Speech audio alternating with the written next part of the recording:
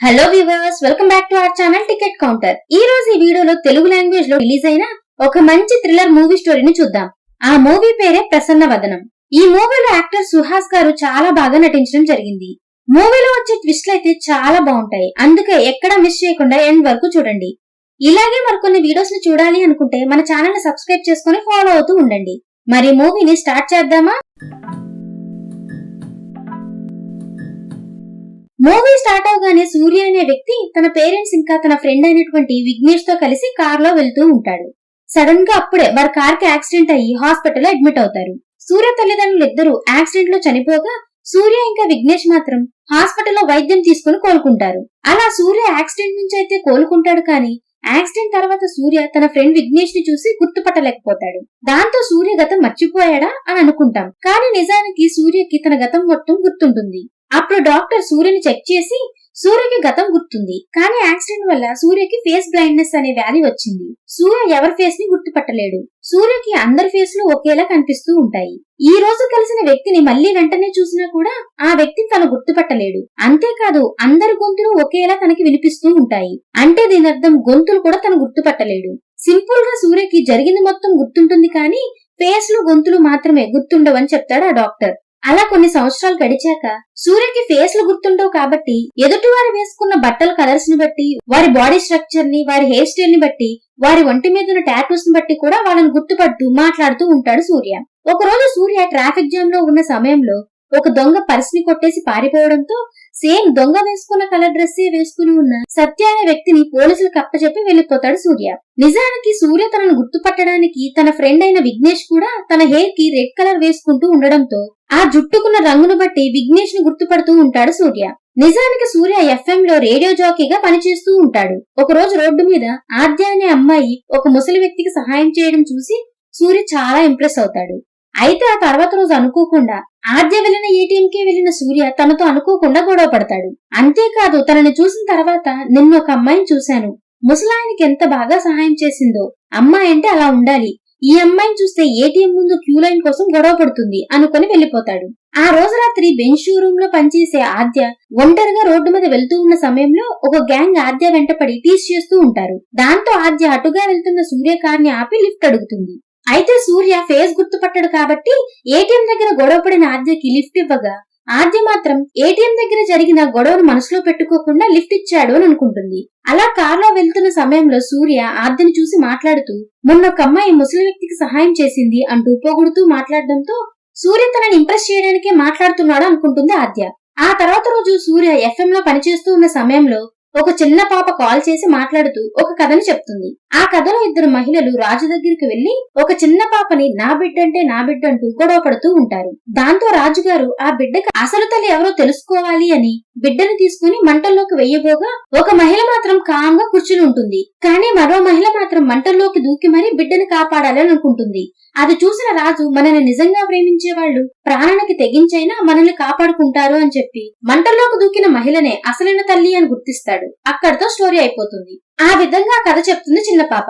మరో పక్క ఈ కథ మొత్తాన్ని ఏసీపీ వైదేహి ఇంకా ఆమె భర్త వరుణ్ వింటూ ఉంటారు. వైదేహి తన దగ్గరికి వచ్చిన వారికి లేదనకుండా సహాయం చేస్తూ పేదవారికి ఆర్థిక సహాయం కూడా చేస్తూ ఉంటుంది. అంతేకాదు డ్యూటీలో ఎంత బిజీగా ఉన్నా ఇంటి పని కూడా చేస్తూ వరుణ్ కి ఇష్టమైన ఫుడ్ ని వండి పెడుతూ ఉంటుంది. అలా ఒక రోజు ఆద్య ఇంకా తన ఫ్రెండ్ రోడ్ మీద వెళ్తూ ఉండగా ఒక దొంగ ఆద్య పర్స్ ని దొంగిలించి పారిపోగా అటుగా వెళ్తున్న సూర్య ఆ దొంగ వెనకాలే పరుగు తీస్తాడు. అది చూసిన ఆద్య సూర్య దొంగని పట్టుకోవడానికే పరిగెడుతున్నాడు అనుకుంటుంది, కానీ ఇక్కడ చిన్న ట్విస్ట్ ఉంది. సూర్య మాత్రం బస్ ఎక్కడం కోసం పరిగెడుతూ ఉంటాడు. అందుకే దొంగను దాటేసి మరి బస్ ఎక్కుతాడు. అంతేకాదు దొంగను చూసి బస్ కోసమే పరిగెడుతున్నాడు అనుకుని దొంగకి చెయ్యిచ్చి మరి బస్ లోకి ఎక్కిస్తాడు. ఇలా జరగడంతో దొంగ షాక్ అవ్వగా సత్య ఆద్యని చూసి వారిద్దరూ తోడు దొంగలు, ఒకసారి ట్రాఫిక్ జామ్ లో ఇలానే దొంగతనం చేసి నన్ను ఇరికించారు అని చెప్తాడు సత్య. ఆ రోజు రాత్రి వర్షం పడుతూ ఉండడంతో సూర్య ఒక చెట్టు కింద నిల్చుని ధూమపానం చేస్తూ ఉంటాడు. అలా కాస్త దూరంలో ఒక వ్యక్తి ఒక మహిళతో కలిసి ఫుట్పాత్ మీద మాట్లాడుకుంటూ వెళ్తూ ఉంటారు. అయితే ఆ వ్యక్తి సడన్ గా ఆ మహిళని రోడ్ మీద వెళ్తున్న లారీ కిందకి తోసేసి కాస్త ముందుకు వెళ్ళగా ఒక కార్ వచ్చి ఆగుతుంది. దాంతో ఆ మహిళను తోసేసిన ఆ వ్యక్తి ఆ కార్ ఎక్కి వెళ్లిపోతాడు. ఇదంతా చూసిన సూర్య ఆ మహిళ దగ్గరికి వెళ్లి కాపాడదాం అనుకుంటాడు, కానీ అప్పటికే ఆ మహిళ స్పాట్ లోనే చనిపోతుంది. ఆ తర్వాత రోజు అదొక యాక్సిడెంట్ లాగా న్యూస్ లో వస్తూ ఉంటుంది. సూర్య పోలీస్ స్టేషన్ కి వెళ్లి అది యాక్సిడెంట్ కాదు, హత్య అని చెప్పాలనుకుంటాడు. అప్పుడు విఘ్నేష్ సూర్యని చూసి, హెయిర్ కలర్ లేకపోతే నన్నే నువ్వు గుర్తుపట్టలేవు, సంబంధం లేని వాటిలో వేలు పెట్టి అనవసరంగా రిస్క్ తెచ్చుకోకు అని అంటాడు. దాంతో సూర్య నేరుగా పోలీస్ స్టేషన్ కి వెళ్లకుండా ఒక ఫోన్ బూత్ నుంచి స్టేషన్ కి ఫోన్ చేసి రాత్రి జరిగింది యాక్సిడెంట్ కాదు, హత్య అని చెప్పి ఫోన్ కట్ చేసేస్తాడు. అది విన్న కానిస్టేబుల్ వెంటనే ఆ విషయం చెప్పడానికి ఎస్ఐ దగ్గరికి వెళ్తాడు. అయితే ఇక్కడే ఒక ట్విస్ట్ ఉంది. రాత్రి మహిళని లారీ కిందకి తోసేసిన వ్యక్తే ఆ స్టేషన్ లో ఎస్ఐగా పనిచేస్తూ ఉంటాడు. కానిస్టేబుల్ మాటలు విన్న ఆ ఎస్ఐ చంద్ర టెన్షన్ పడి వెంటనే సైబర్ టీమ్ కి కాల్ చేసి, మా స్టేషన్ కి ఒక ఫోన్ కాల్ వచ్చింది, అది ఎక్కడి నుంచి వచ్చిందో తెలుసుకొని చెప్పండి అని అంటాడు. అలా కాసేపటి తర్వాత పోలీసులు సూర్యకి ఫోన్ చేసి స్టేషన్ కి రమ్మని చెప్పడంతో సూర్య టెన్షన్ పడుతూనే స్టేషన్ కి వెళ్తాడు. అప్పుడు ఒక కానిస్టేబుల్ సూర్యని చూసి, ఈ అమ్మాయి పర్సుని దొంగిలించావంట కదా, లిఫ్ట్ ఇచ్చి హెల్ప్ చేయడమే కాకుండా పర్సులు కూడా కొట్టేస్తూ ఉంటావా అని తిడతారు. అదే సమయంలో పర్సు కొట్టేసిన దొంగ మరో కేసులో అదే స్టేషన్ కి రావడంతో సూర్యని తప్పుగా అర్థం చేసుకున్నట్లు ఆద్యకి అర్థమవుతుంది. దాంతో సూర్యకి సారీ చెప్పి స్నేహం చేయడం మొదలు పెడుతుంది. ఒక రోజు ఒక అమ్మాయి వచ్చి సూర్యకి ప్రపోజ్ చేయడంతో సూర్య తనకి ఉన్న ఫేస్ బ్లైండ్నెస్ గురించి చెప్తాడు. దాంతో అమ్మాయి సూర్య నుంచి ఎస్కేప్ అవుతుంది. కానీ అక్కడే ఉన్న ఆద్య అది వినడంతో సూర్యకున్న ప్రాబ్లం ఆద్యకి అర్థమయ్యి ఆద్య కూడా విఘ్నేష్ లాగా జుట్టుకి రంగు వేసుకోవడం మొదలు పెడుతుంది. అదే సమయంలో ఎస్ఐ చంద్ర సూర్య కాల్ చేసిన ఫోన్ బూత్ కి ఎదురుగా ఉన్న షాప్ లో సీసీటీవీ కెమెరా ఉంటే అది చెక్ చేసి సూర్య కార్ నెంబర్ ని ఐడెంటిఫై చేసి అతని అడ్రస్ కి వెళ్లి ఎంక్వైరీ చేయడం మొదలు పెడతాడు. అప్పుడు అక్కడున్న వ్యక్తి ఎస్ఐ చంద్రను చూసి, సూర్య ఒకప్పుడు ఇక్కడే ఉండేవాడు, 3 ఏళ్ల క్రితమే ఇక్కడి నుంచి వెళ్లిపోయాడు, ఎక్కడికి వెళ్లాడో నాకు తెలియదు అని చెప్తాడు. ఆ తర్వాత రోజు ఏసీపీ వైదేహి లారీ యాక్సిడెంట్ లో చనిపోయిన అమృత ఇంటికి వెళ్తుంది. అమృతని లారీ కిందకి తోసేసిన చంద్ర కూడా వైదేహితో పాటే అక్కడికి వెళ్తాడు. వైదేహి అమృత కుటుంబానికి ధైర్యం చెప్పి ఓదారుస్తుంది. ఇప్పుడు రివీల్ అయ్యే ట్విస్ట్ ఏంటంటే ఆ చనిపోయిన అమృత మరెవరో కాదు, వైదేహి ఇంట్లో పని మనిషిగా పనిచేసే లక్ష్మికి కూతురు అని తెలుస్తుంది. అమృత ఫ్యామిలీని ఓదార్చిన వైదేహి తన కార్ దగ్గరికి వెళ్లి కార్ లో కూర్చుని ఉన్న తన భర్త వరుణ్ ని చూసి, నువ్వు కూడా అమృత ఇంటికి వచ్చి వారికి ధైర్యం చెప్తే బాగుండేది అని అంటుంది. కానీ వరుణ్ మాత్రం ఏమీ మాట్లాడకుండా డ్రైవర్ ని చూసి ఇంటికి పద అని అంటాడు. ఆ తర్వాత రోజు ఆద్య సూర్య కారులో ఒంటరిగా వెళ్తూ ఉండగా road side car break down అయ్యి టాక్సీ కోసం ఎదురు చూస్తున్న మహిళను చూసి, చేతిలో చంటి పాప కూడా ఉంది, టాక్సీ కోసం వెయిట్ చేయకండి, నేను లిఫ్ట్ ఇస్తా రండి అని కార్లోకి ఎక్కించుకుని తీసుకుని వెళ్లి డ్రాప్ చేస్తుంది. ఇంతకీ ఆ మహిళ ఎవరో కాదు, ఎస్ఐ చంద్ర భార్య అవ్వడంతో చంద్ర ఆద్య కార్ ని ఫాలో అవుతూ వెళ్తాడు. ఆద్య ఆ కార్ ని సూర్యకి ఇవ్వడం చూసి సూర్యని కూడా ఫాలో అయ్యి ఆ రోజు రాత్రి ఫేస్ కి మాస్క్ వేసుకుని సూర్య మీద అటాక్ చేసి బాగా కొడతాడు. అంతేకాదు చంద్ర సూర్యని చూసి ఆ యాక్సిడెంట్ గురించి ఎక్కడైనా వాగితే చంపేస్తా అని వార్నింగ్ ఇస్తాడు. అదే సమయంలో సూర్య ఎస్ఐ చంద్ర గుండెల మీద ఉన్న టాటూను చూస్తాడు. చంద్ర సూర్యను కొడుతూ ఉండగా అటుగా ఎవరో వెళ్లడంతో సూర్యను అక్కడే వదిలేసి పారిపోతాడు చంద్ర. ఆ తర్వాత రోజు వరుణ్ ఒంటరిగా చనిపోయిన అమృత ఇంటికి వెళ్లి వారికి ధైర్యం చెప్పి ఒక డబ్బు సంచిని కూడా ఇచ్చి వెళ్లిపోతాడు. మరో పక్క సూర్య తన మీద అటాక్ జరిగినప్పటి నుంచి సూర్య భయపడిపోతూ బాగా ఆలోచించి ఆ తర్వాత రోజు పోలీస్ స్టేషన్ లో కంప్లైంట్ ఇవ్వాలని నిర్ణయం తీసుకుని స్టేషన్ కి వెళ్తాడు.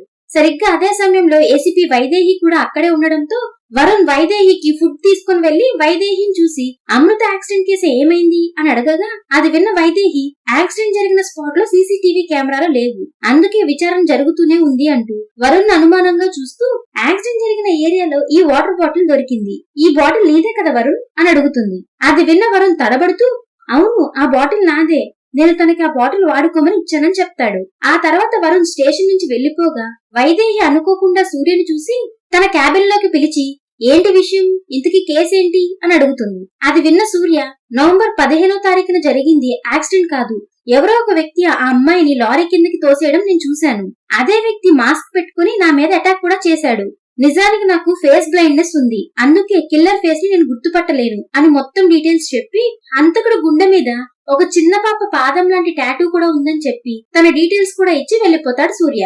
దాంతో బాగా ఆలోచించిన వైదేహి వెంటనే ఎస్ఐ చంద్ర దగ్గరికి వెళ్లి చంద్రని పట్టుకుని బాగా కొట్టి, నీకొక్క పని కూడా సరిగ్గా చేయడం తెలీదా, వాడు నీ టాటూ కూడా చూసేశాడు, అయినా నీకు వాడిని కొట్టమని ఎవరు చెప్పారు అని బాగా తిడుతుంది. ఇప్పుడు రివీల్ అయ్యే ట్విస్ట్ ఏంటంటే వైదేహి ఇంకా చంద్ర కలిసే అమృతని చంపేసి ఉంటారు. దాంతో వైదేహి చంద్రని చూసి ఆ సూర్యని బాగా ఫాలో అయ్యి పూర్తి డీటెయిల్స్ తెలుసుకో, ఏం చేయాలో నేను తర్వాత చెప్తా అని అంటుంది. అదే సమయంలో ఆద్య ఇంకా సూర్యులు బాగా ఒకరినొకరు ఇష్టపడుతూ రిలేషన్షిప్ లో ఉంటారు. అలా ఒక రోజు సూర్య పార్క్ లో నడుస్తూ ఉన్న సమయంలో ఒక వ్యక్తి సూర్యని చూసి ఒక బ్యాగ్ ని చూపించి ఆ బ్యాగ్ ని నా చేతికి అందించండి అని చెప్పడంతో సూర్య ఆ బ్యాగ్ ని అందించి వెళ్లిపోతాడు. ఆ తర్వాత రోజు పోలీసులు సూర్యని అరెస్ట్ చేసి, నువ్వే అమృతని లారీ కిందకి తోసి చంపేసి మళ్ళీ నువ్వే ఏమీ తెలియనట్లు కంప్లైంట్ ఇస్తావా అని గోవింద్ అనే వ్యక్తిని పిలిచి నువ్వేం చూసావో చెప్పు అని అంటారు. అప్పుడు గోవింద్ పోలీసులను చూసి, నవంబర్ 15న ఈ సూర్య అమృతని లారీ కిందకి తోసేయడం నేను చూశాను. నేను సూర్యని కలిసి ఈ విషయం పోలీసులకు చెప్తాను అంటే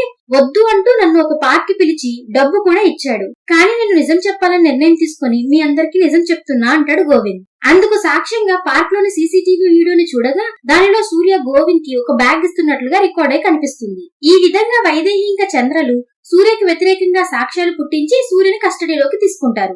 అంతేకాదు గోవింద్ ఉండే అడ్రస్ ని కూడా నోట్ చేసుకుని రికార్డ్ లో రాసుకుని పిలిచినప్పుడు కోర్టుకి రా అని చెప్పి గోవింద్ ని పంపించేస్తారు. ఆ వెంటనే వైదేహి ఎస్ఐ చంద్రని చూసి వీడిని జడ్జి ముందుకు తీసుకుని వెళ్తే వీడు మొత్తం నిజం జడ్జికి చెప్పే అవకాశం ఉంది, అందుకే వీడిని రిమాండ్ లోనే చంపేయాలి అని ఒక ఇద్దరు హంతకుల్ని ఎస్ఐ చంద్రకి చూపించి వీళ్ళు వాడిని చంపేస్తారు అని చెప్తుంది. ఆ తర్వాత రోజు సూర్యని కోర్టుకు తరలించే ముందు కోర్టు ఆవరణలోని వాష్రూమ్ లో ఇద్దరు హంతకులు సూర్యని చంపడానికి సిద్ధమవుతూ ఉంటారు. అయితే అనుకోకుండా కిషోర్ అనే ఎస్ఐ కూడా వాష్రూమ్ లోకి వెళ్లడంతో కిషోర్ ఆ హంతకులను ఆపే ప్రయత్నం చేస్తాడు. కానీ ఆ హంతకులు కిషోర్ ని చంపేయగా సూర్య కిషోర్ దగ్గర ఉన్న గన్తో ఆ హంతకుల్ని బెదిరించి అక్కడి నుంచి పారిపోతారు. దాంతో పోలీసులు సూర్య కోసం గాలిస్తూ ఉండగా సూర్యకి తన మీద దొంగ సాక్ష్యం చెప్పిన గోవింద్ ఇంటి అడ్రస్ గుర్తుకు వచ్చి అతని వెంటపడగా గోవింద్ సూర్య నుంచి తప్పించుకుని పారిపోతూ యాక్సిడెంట్ అయి చనిపోతాడు. మరో పక్క చనిపోయిన అమృత తండ్రి భారీ మొత్తంలో డబ్బుని బయటికి తీసి నిప్పు అంటించి ఈ డబ్బు వల్లే ఇప్పుడు అందరూ నా కూతురు గురించి తప్పుగా అనుకుంటున్నారు అని బాగా బాధపడతాడు. అప్పుడే విఘ్నేష్ సూర్యని చూసి అమృత భర్త చనిపోయి 3 ఏళ్లయింది. అమృత పోస్ట్ మార్టం రిపోర్ట్ లో తను ప్రెగ్నెంట్ అని తెలియడంతో అందరూ అమృత గురించి తప్పుగా మాట్లాడుతున్నారు అని చెప్తాడు. ఆ వెంటనే సూర్య వెళ్లి అమృతది యాక్సిడెంట్ కాదు హత్య అని చెప్పి వెళ్లిపోతాడు.